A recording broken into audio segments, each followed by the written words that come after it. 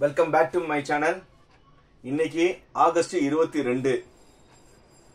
இந்த ஒரு நாள் 24 மணி நேரம் கடக்கிறது உங்களுக்கு ரொம்ப பயங்கரமா இருக்கும். எஸ்பெஷலி டிக்ளைன் அண்ட் அப்போர்டு கொடுத்தவங்க, போன இதுல நமக்கு டிக்ளைன் ஆயிடுச்சு, நமக்கு எதுவுமே காலேஜ் கிடைக்கலையே, இப்போ நம்ம டிக்ளைன் அண்ட் அப்போர்டு கொடுத்துருக்கோம், நமக்கு ஒரு நல்ல காலேஜ் கிடைக்குமா? அதே மாதிரி ரொம்ப எதிர்பார்த்து இருக்கிறது நாட் அலாட்டட் ஸ்டூடெண்ட் தான். நான் டிக்ளைன் பண்ணவங்க நம்ம டிக்ளைன் அப்போர்ட் கொடுத்தாங்க. ஆனா நாட் அலாட்டட் இருந்தவங்க நம்ம இவ்வளவு மார்க் எடுத்து நம்ம சாய்ஸ் நம்ம சரியா பண்ணாதனால நமக்கு நாட் அலாட்டட் ஆயிடுச்சு, எப்படியாவது நம்மளுக்கு ஒரு காலேஜ் கிடைச்சிராதான்னு ஏக்கத்துல இருக்கிறவங்க நிறைய பேர் இருக்கீங்க. அதே மாதிரி இவங்க ரவுண்ட் 2 ஸ்டூடெண்ட்ஸ் எடுக்கலன்னா இட்ஸ் எ கெயின் ஃபார் அஸ்ன்னு சொல்லி ரவுண்ட் 3ல சீட் அதிகமா வரும்னு எதிர்பார்த்துட்டு இருக்க ரவுண்ட் 3 ஸ்டூடெண்ட்ஸ் இந்த மாதிரி 3 கேட்டகரியிலேயே என்ன இருக்காங்க. அதே மாதிரி அக்செப்ட் பண்ண அப்போர்டு கொடுத்துட்டு எனக்கு காலேஜஸ் சேஞ்சஸ் ஆகிருமா, டிஎஃப்சி சென்டர்ல கொடுத்துட்டு எனக்கு காலேஜ் சேஞ்சஸ் ஆயிருமான்னு எதிர்பார்த்துட்டு இருக்காங்க. ஸோ இந்த மாதிரி பலதரப்பட்ட மாணவர்களோட எண்ணங்களுக்கான தீர்வு ஆகஸ்ட் 23ஆம் தேதி காலையில 9 மணி. 9 மணிக்கு உங்களுக்கு தெரிஞ்சிடும் எந்தெந்த காலேஜ்ல என்னென்ன சீட் அவைலபிள் இருக்குன்னு. Vacancy list at the end of the round 2 சொல்லி விட்டுருவாங்க. அதே மாதிரி ஸ்டூடெண்ட் உங்களுடைய ரவுண்ட் 2 ஸ்டூடெண்ட் உங்களுடைய லாகின்குள்ள போனீங்கன்னா காலேஜ் மாறி இருந்துச்சுன்னா ப்ரொவிஷனல் அலாட்மெண்ட் வந்திருக்கும், அதை நீங்க பார்த்துக்கலாம். அக்செப்ட் பண்ண அப்போர்டு கொடுத்தவங்க அந்த ப்ரொவிஷனல் ஆர்டர் டவுன்லோட் பண்ணி காலேஜ் சேஞ்சஸ் ஆயிருக்கான்னு பாருங்க. அதே மாதிரி நாட் அலாட்டட் ஸ்டூடெண்ட்ஸ்க்கும் ப்ரொவிஷனல் ஆர்டர் வந்துருந்துச்சுன்னா ரொம்ப சந்தோஷப்படுறவங்க அவங்கள தவிர யாரும் இல்லை. அதே மாதிரி ரவுண்ட் 3 ஸ்டூடெண்ட்ஸ் 3 நாள் சாய்ஸ் ஃபில்லிங் இருக்கு, நல்லா தெரிஞ்சுக்கோங்க. ஆகஸ்ட் 23, 24, 25 இந்த 3 நாள் சாய்ஸ் இருக்கு. ஏன்னா லாஸ்ட் சான்ஸ், ஏன்னா நீங்க தான் 3ஆவது ரவுண்ட்ல இருக்கீங்க. ஸோ ரொம்ப அவசரப்படணும்னு அவசியமே கிடையாது. இந்த நிறைய பேர் என்ன சொல்லுவாங்கன்னா, நீங்க ஓபன் பண்ண உடனே உங்களுக்கு காலேஜ் வச்சா முதல்ல உங்களுக்கு எடுத்து கொடுத்துருவாங்கன்னு அப்படின்னு நினைப்பாங்க. அப்படி கிடையவே கிடையாது. 23ஆம் தேதியை நீங்க ரொம்ப யோசிச்சு அந்த பிடிஎஃப் பார்த்து எந்தெந்த காலேஜ்ல எந்தெந்த சீட் இருக்கு முதல்ல லிஸ்ட் அவுட் எடுங்க. ஏன்னா நல்லா தெரிஞ்சுக்கோங்க, இதோட உங்களுக்கு வேற சான்ஸ் கிடையாது. நீங்க ஒன்னே காலேஜ் அக்செப்ட் இல்ல அக்செப்ட் பண்ண அப்போர்டு கொடுக்கலாம். மூவ் டு நெக்ஸ்ட் ரவுண்ட்லாம் உங்களுக்கு ஆப்ஷன் இருக்கவே இருக்காது. Decline to move to next ரவுண்ட்லாம் ஆப்ஷன்லாம் இருக்காது. இந்த குள்ள நீங்க எடுத்தாகணும். First round and second round student பண்ண ஒரே தப்பு என்னன்னா சாய்ஸஸ் அதிகமா வைக்காதது. அதே மாதிரி அவங்க நல்ல காலேஜ் தான் அவங்களுக்கு கிடைச்சது, ஆனா அவங்க நினைச்ச காலேஜ் வரல. ரெண்டுக்கு வித்தியாசம் இருக்கு. அவங்களுக்கு வந்தது நல்ல காலேஜ். ஏன்னா 17 ஃபர்ஸ்ட் ரவுண்ட்ல 179 வரை இருந்தாங்க, அவங்களுக்கு நல்ல காலேஜ் தானே வந்திருக்கும், எல்லாத்துக்கும் நல்ல காலேஜ் தான் வந்துச்சு. ஆனா அவங்க நினைச்ச காலேஜ் வரல. அதே தான் ரவுண்ட் 2 ஸ்டூடெண்ட்ஸ்க்கும் நல்ல காலேஜ் வந்தது, பட் அவங்க நினைச்ச காலேஜ் வரல. ஸோ இப்போ இது என்ன மனநிலைனா, ஒரு இதுல நான் நினைச்சதுதான் வரணும்னு அப்படி வாய்ப்பே கிடையாது. இனி வாழ்க்கையில இனிமேதான் உங்களுக்கு நிறைய சவால்கள் இருக்கு. நம்ம ஒன்னு நினைப்போம், ஆனா நடக்கிறது ஒன்னா இருக்கும். ஸோ அதனால நிறைய வரும். அதனால ரவுண்ட் 3 ஸ்டூடெண்ட்ஸ் மைண்டை ரொம்ப ஃப்ரேம் பண்ணிருங்க. சார் நான் எப்படியாவது கவுன்சிலிங்ல நான் சீட்டு எடுத்தே ஆகணும்னு. ஆனா நிறைய யூடியூபர் சொன்ன மாதிரி உண்மைதான். ஏன்னா இந்த தடவை ரவுண்ட் 3 ஸ்டூடெண்ட்ஸ் இருக்காங்களா இல்லையானே தெரியல. ஏன்னா ரவுண்ட் 1 ரவுண்ட் 2ல அத்தனை கால்ஸ் கண்டினியூஸா கால்ஸ் வந்துட்டே, ஒரு நாளைக்கு 50 கால் 60 கால்லாம் வரும், அட்டனே பண்ண முடியும். ஆனா இப்போ இன்னும் ஸ்டூடெண்ட் நிறைய கால்ஸஸ் கம்மியா இருக்கு. அப்படியே கால்ஸ் வர ஸ்டூடெண்ட்ஸ் எல்லாம் பாத்தீங்கன்னா ரவுண்ட் 2 சரி நாட் அலாட்டட் காலேஜ் கிடைக்குமா, அக்செப்ட் பண்ண அப்போர்ட்ல காலேஜ் மாதிரி இப்படிதான் கால் இருக்கு. ஆனா ரவுண்ட் 3 ஸ்டூடெண்ட்ஸ் அதிகமான கால்ஸ் இல்ல.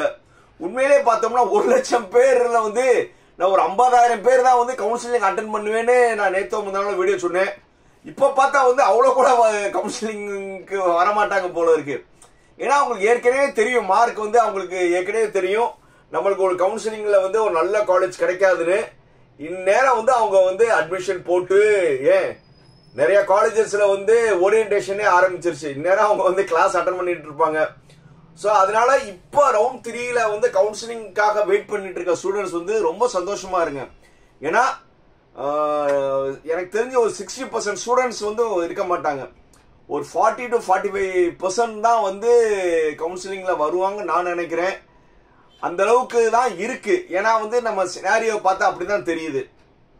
ஸோ அதனால வந்து நீங்க ரொம்ப சாய்ஸஸ் வந்து நிறைய வைங்க. எக்காரணத்தை கொண்டு நாட் அலாட்டட் வந்துடக்கூடாது. அதே மாதிரி வந்து நீங்க நினைக்கிற மாதிரி கோயம்புத்தூர் சென்னையில வந்து நீங்க நினைக்கிற டாப் காலேஜஸ் எல்லாமே முடிஞ்சிருக்கும். அடுத்த செகண்ட் லெவல் காலேஜ்ல கோர் இருக்கும். தேர்ட் லெவல் காலேஜ்ல தான் உங்களுக்கு நீங்க நினைக்கிற அந்த கம்ப்யூட்டர் சயின்ஸ் பிரான்ச்சஸ் இருக்கும். தெரியாத ஒரு இடத்துல போய் இருக்கிறதுக்கு தெரிஞ்ச இவங்ககிட்ட வாழ்ந்துட்டு போயிடலாம்னு ஒரு பழமொழி சொல்லுவாங்க. அந்த மாதிரி தெரியாத வந்து சென்னை கோயம்புத்தூர்ல அந்த காலேஜ் என்னன்னே தெரியாது, ஆனா சென்னை அந்த காலேஜை பத்தி எதுவும் தெரியாது, ஆனா கோயம்புத்தூர், இந்த மாதிரி நீங்க மனநிலையில வந்து அந்த ஊர் காலேஜை சூஸ் பண்றதுக்கு உங்க ஊர்ல இருக்கிற காலேஜை ப்ரிஃபர் பண்ணுங்க. அதர் சென்னை கோயம்புத்தூர்ல இருக்கிறவங்க, சென்னை கோயம்புத்தூர்ல இருக்கிறவங்க உங்க ஜோன்ல வந்து டாப் காலேஜுக்கு விட்டுட்டு அடுத்த லெவல் காலேஜஸ் இருக்கும், அதை சூஸ் பண்ணுங்க. அது எல்லாமே நல்ல காலேஜஸ் தான். நான் வேணும்னா வந்து போன வருஷம் வந்து டிஸ்கிரிப்ஷன்ல வந்து வைக்கிறேன். போன வருஷம் 2023ல இருந்த 440 காலேஜ்லயும் வந்து எந்த ஃபர்ஸ்ட் அதிகமா ஃபுல் ஆச்சுன்னு சொல்லி 440 காலேஜோட லிஸ்ட் வைக்கிறேன். அதுலயே வந்து நீங்க தெரிஞ்சுக்கலாம் எது நல்ல காலேஜ், எது சுமாரான காலேஜ். ஃபர்ஸ்ட்ல இருக்க நல்ல காலேஜ், செகண்ட், அதுக்கப்புறம் அப்படியே 440 காலேஜ் வந்து அட்மிஷன் வைஸா நல்லா தெரிஞ்சுக்கோங்க. இந்த டேட்டா வந்து அட்மிஷன் வைஸா. அதனால வந்து நீங்க அதை பார்த்து கூட வந்து நீங்க காலேஜை வந்து சூஸ் பண்ணுங்க.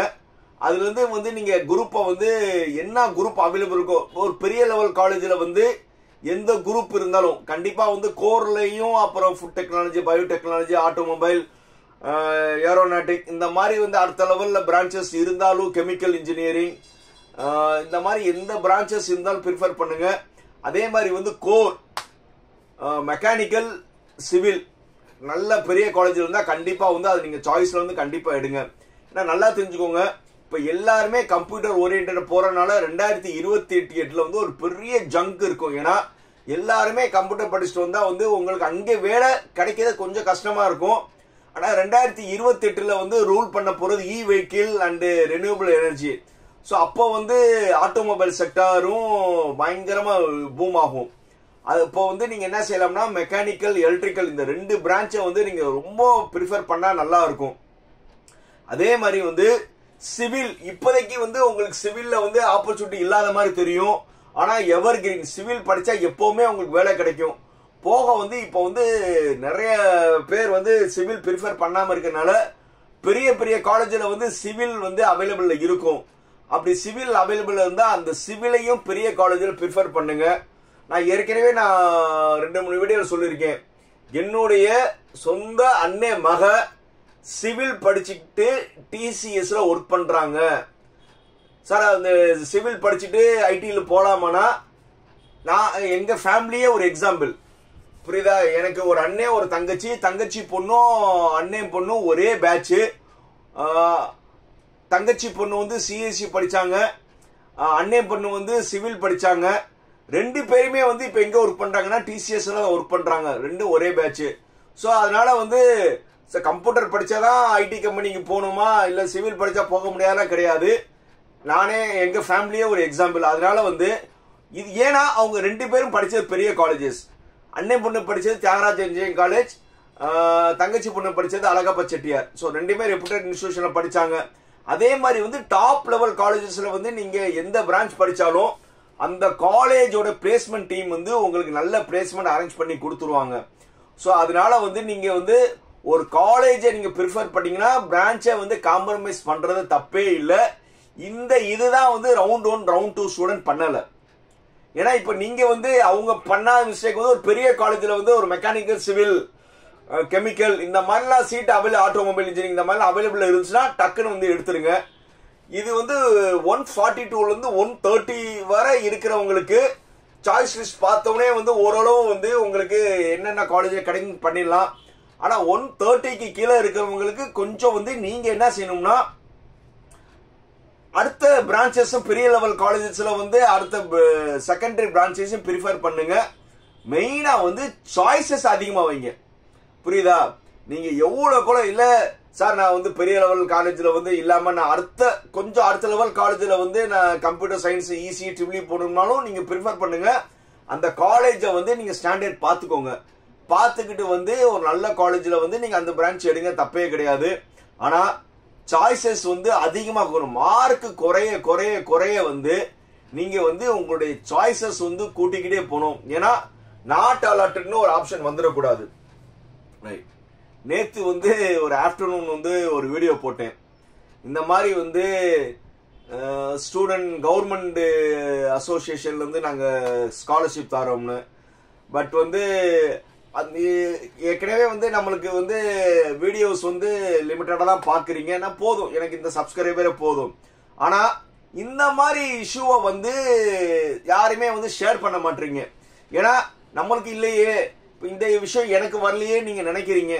எப்போ வந்து ஒரு கிராமத்து மாணவன் வந்து இந்த மாதிரி வந்து ஒரு டெஸ்ட் மெம்பரா வந்து ஏமாத்தப்படுறாங்களோ, ஏன்னா இது நான் ஒரு 4-5 வீடியோல வந்து அந்த ட்ரஸ்ட் இவங்களை பத்தி நான் சொல்லக்கூடாது, ஏன்னா அவங்க நம்பர் நம்ம சொல்லக்கூடாது, ஏன்னா அங்க ஒர்க் பண்றவங்களுக்கு அஃபெக்ட் ஆகும், அந்த மாதிரிலாம் இருக்கும்போது நான் வந்து இத்தனை நாள் என்னுடைய 4-5 வீடியோஸ்ல வந்து நான் யாரோட நம்பரையும் நான் போட்டிருக்க மாட்டேன். பட் இந்த தடவை பாத்தீங்கன்னா நிறைய பேர் வந்து இந்த மாதிரி கிளம்பிட்டாங்க. புற்றீச்சல் மாதிரி நிறைய பேர் வந்து நாங்க கவுன்சிலிங் டிபார்ட்மெண்ட் இருந்து பேசுறோம், எஜுகேஷன் டிபார்ட்மெண்ட் இருந்து பேசுறோம், போக வந்து கவர்மெண்ட் செக்டார்ல இருந்து பேசுறோம், அந்த மாதிரி வந்து நிறைய சொல்லி வந்து மாணவர்களை வந்து ஏமாத்த முயற்சி பண்றாங்க. இது வந்து அந்த மாணவர்களுக்கு தெரியல. அவங்களுக்கு என்ன சொல்றாங்கன்னா, சார் நாங்க எல்லாமே ஃப்ரீயா தரோம்னு. அந்த ஏழையில இருக்கிறவங்களுக்கு அவங்களுக்கு என்னன்னா ஒருத்தவங்க ஃப்ரீயா படிக்க வச்சா போதும்னு நினைக்கிறாங்க. அந்த மாதிரி காலேஜ்ல வந்து இவங்க மூலியமா போகணும் அவசியம் கிடையாது. எஸ்சி எஸ்டியா இருந்தீங்க எந்த காலேஜ்லயும் வந்து அடுத்த லெவல் காலேஜ்ல எல்லாம் வந்து உங்களுக்கு 60,000 ஸ்காலர்ஷிப் வரும், அவங்களே ஃப்ரீயா கொடுத்துருவாங்க. அதே மாதிரி வந்து ஃபர்ஸ்ட் கிராஜுவேட் வாங்கிட்டு செகண்டரி பிரான்ச் ஃபர்ஸ்ட் கிராஜுவேட் ஃபீஸே வந்து செகண்டரி பிரான்ச் பண்ற காலேஜஸ்லாம் இருக்கு. அது நீங்க தான் போகணும். இன்னொருத்தர் மூலியமா நீங்க போகணும். ஏன்னா இன்னொருத்தர் மூலியமா போனீங்கன்னா அவங்க வந்து ஒரு செட் ஆஃப் காலேஜஸ் தான் வச்சிருக்காங்க. அதே மாதிரி வந்து ஒரு சில பெரிய இன்ஸ்டிடியூஷன்ஸ்லாம், நான் ஒர்க் பண்ண இன்ஸ்டிடியூஷன்ஸ்லாம் வந்து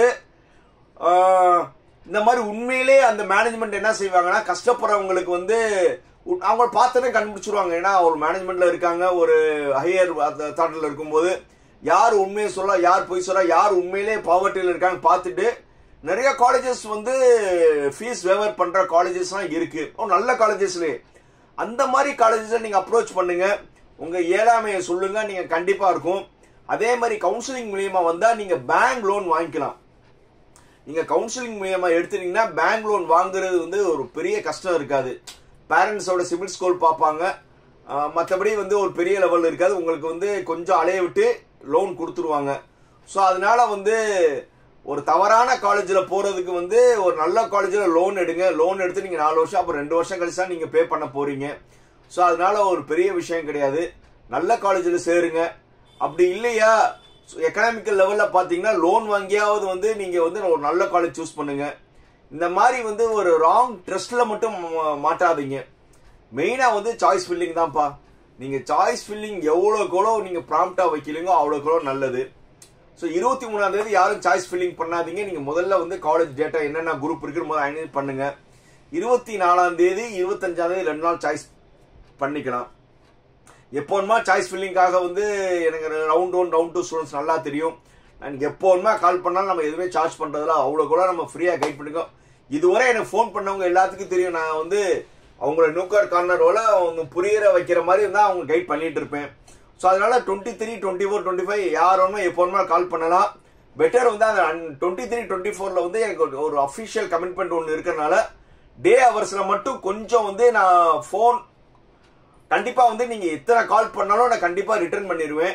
அந்த 23, 24ல ஒரு பர்சனல் கமிட்மெண்ட் இருக்கிறதுனால டே ஹவர்ஸ்ல மட்டும் மேபி அந்த 10 to 4 மட்டும் என்னால வந்து போன்ஸ் வந்து நான் பேச முடியாது. பட் வந்து மெசேஜ் பண்ணீங்கன்னா என்னால கன்வே பண்ண முடியும். அதர் தென் வந்து நீங்க ஈவினிங் வந்து 5 o'clock இருந்து நைட் எத்தனை மணி வரை கூட நீங்க எனக்கு கால் பண்ணலாம். அதே மாதிரி ஹோல் டே 25 ஃபுல்லாவே நீங்க எனக்கு கால் பண்ணலாம். ஸோ அதனால வந்து சாய்ஸஸ்லாம் நீங்கள் எல்லாம் ரெடி பண்ணிட்டு நீங்கள் சாய்ஸஸ் ரெடி பண்ணுங்க. அதில் வந்து இந்த காலேஜில் முன்னாடி வைக்கலாமா பின்னாடி வைக்காம டவுட்ஸ் மட்டும் என்கிட்ட கேட்டுக்கோங்க. ஏன்னா காலேஜ் வந்து நீங்கள் தான் டிசைட் பண்ணணும். புரியுதா?